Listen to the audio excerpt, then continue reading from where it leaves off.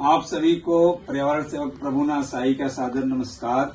दोस्तों, आज world COPD day है और पूरे विश्व में नवंबर के तीसरे बुधवार को सीओपीडी डे मनाया जाता है।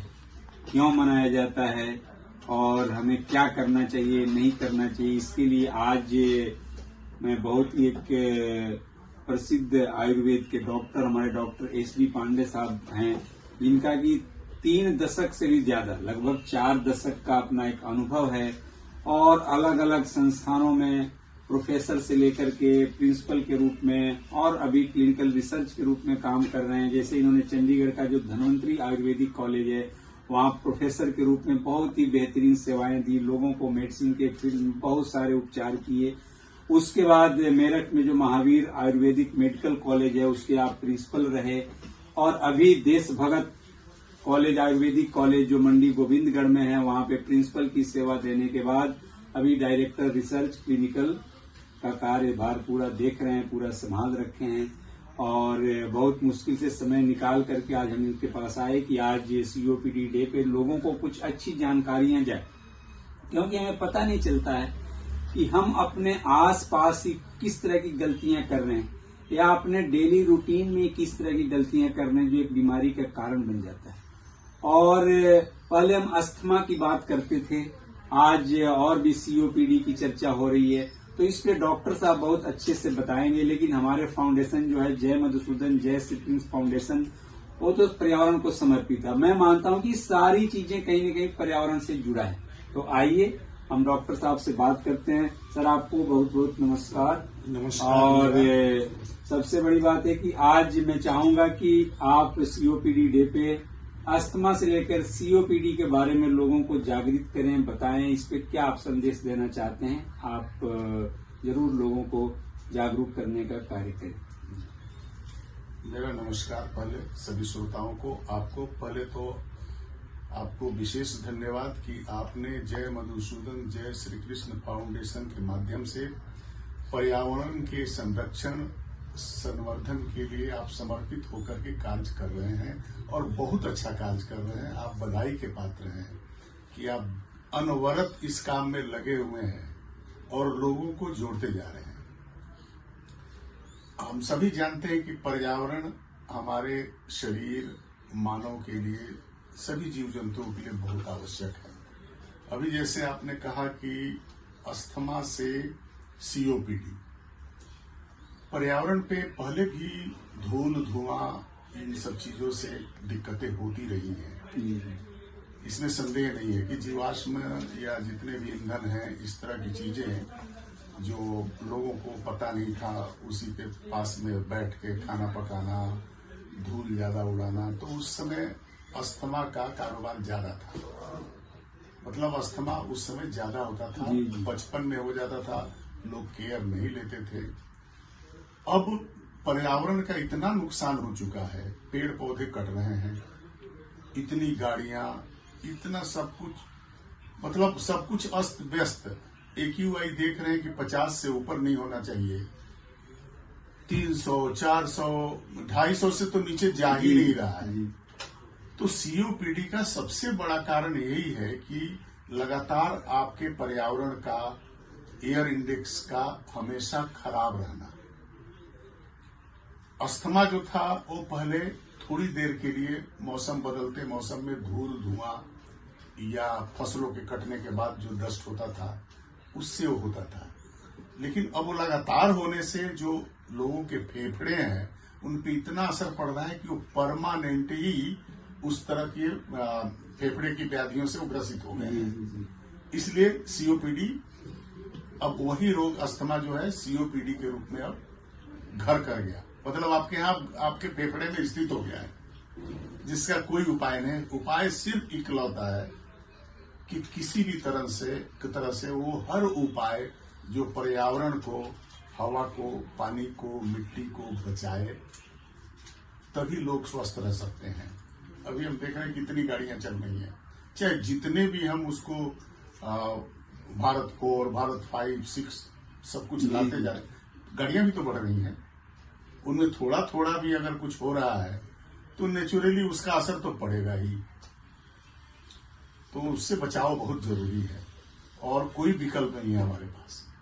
और भी लगता है मेरे को कि ये स्मोकिंग भी इसमें बहुत बड़ा रोल है, जो कि आजकल हाँ, फैशन बन चुका अब है। ये एक और चीज है कि जैसे आमतौर पे सीओपीडी जो है ना, वो मध्यम आयु वर्ग से ऊपर के लोगों को ज्यादा होता है, और जितना एडिक्शन है, जो सिगरेट और बीड़ी या इस तरह की जो भी चीज है, वो आमतौर पे इसी आयु वर्ग के लोग लेते हैं जो काम कर रहे होते हैं, कहीं न कहीं फैक्ट्री में है जहाँ पे ज्यादा पर्यावरण दूषित है। तो निश्चित तौर पे आप सही कह रहे हैं कि सिगरेट, बीड़ी ऐसी चीजें जो भी हैं वो फेफड़े को बहुत ज्यादा नुकसान पहुंचा रही है।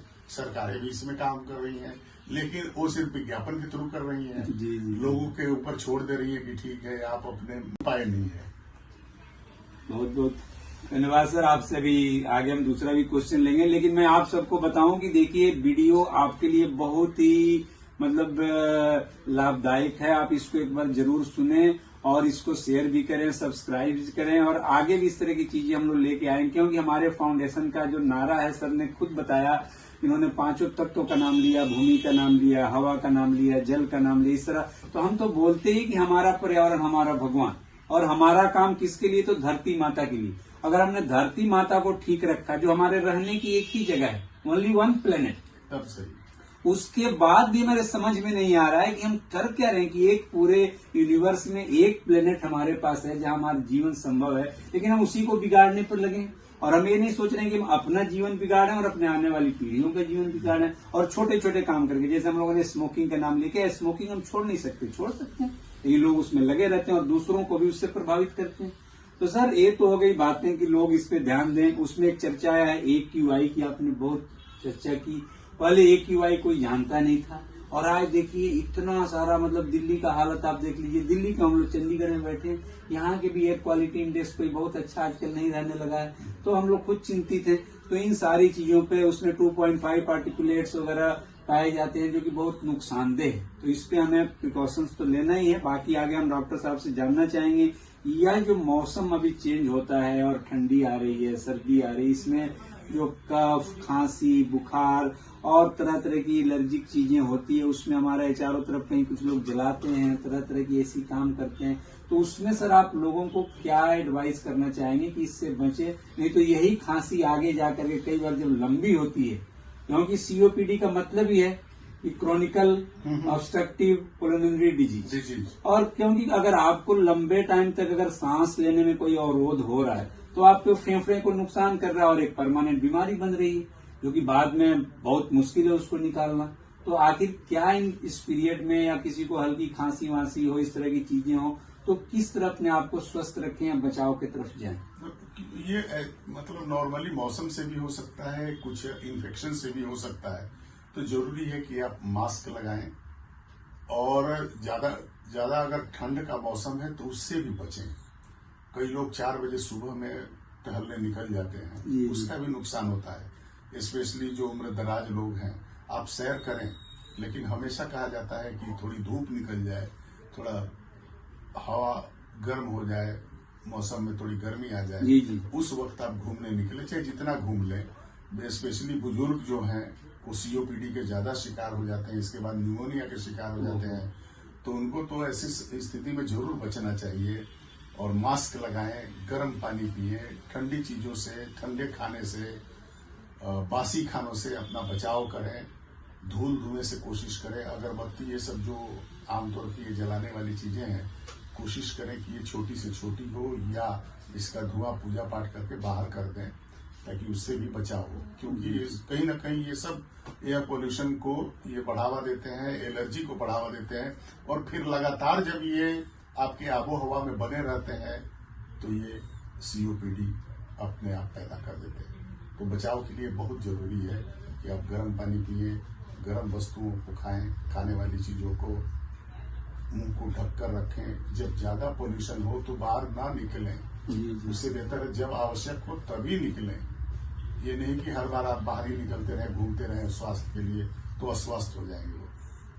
जी, बहुत बहुत धन्यवाद सर आपका। आपने बहुत ही सिंपल शब्दों में, साधारण शब्दों में सारे लोगों के लिए एक अच्छी जानकारी दी, और मैं देख रहा हूं कि हम लोग किसी तरह से आपके क्लिनिक में लोगों को बाहर रोक रखे हैं, आपके पेशेंट भी इंतजार कर रहे हैं, तो हम चाहेंगे कि आपका ज्यादा समय नहीं लेते हुए अभी आप कॉलेज से चल के आ रहे हैं और सीधे क्लिनिक पहुंचे हैं, तो मैं चाहूंगा कि अगर आप लोगों के सुझाव अच्छा लगता है, कोई डॉक्टर साहब से संपर्क भी करना चाहते हैं, आप इसमें मैसेज करेंगे, हम लोग आपको डॉक्टर साहब का नंबर उपलब्ध कराएंगे और आपको और भी अच्छे परामर्श मिलेंगे। डॉक्टर साहब ऐसे व्यक्ति हैं कि पैसे के लिए हर काम नहीं करते और बहुत सारे सामाजिक कार्यों में भी, जैसे इन्होंने बोला कि इस प्रोफेशन में भी 3 से ज्यादा दशक, तो मैं बोलूंगा कि उसमें भी अन्य सामाजिक कार्यों में अन्य संस्थाओं के साथ जुड़ करके बहुत अच्छे अच्छे कार्य कर रहे हैं, मानवता के लिए कार्य कर रहे हैं।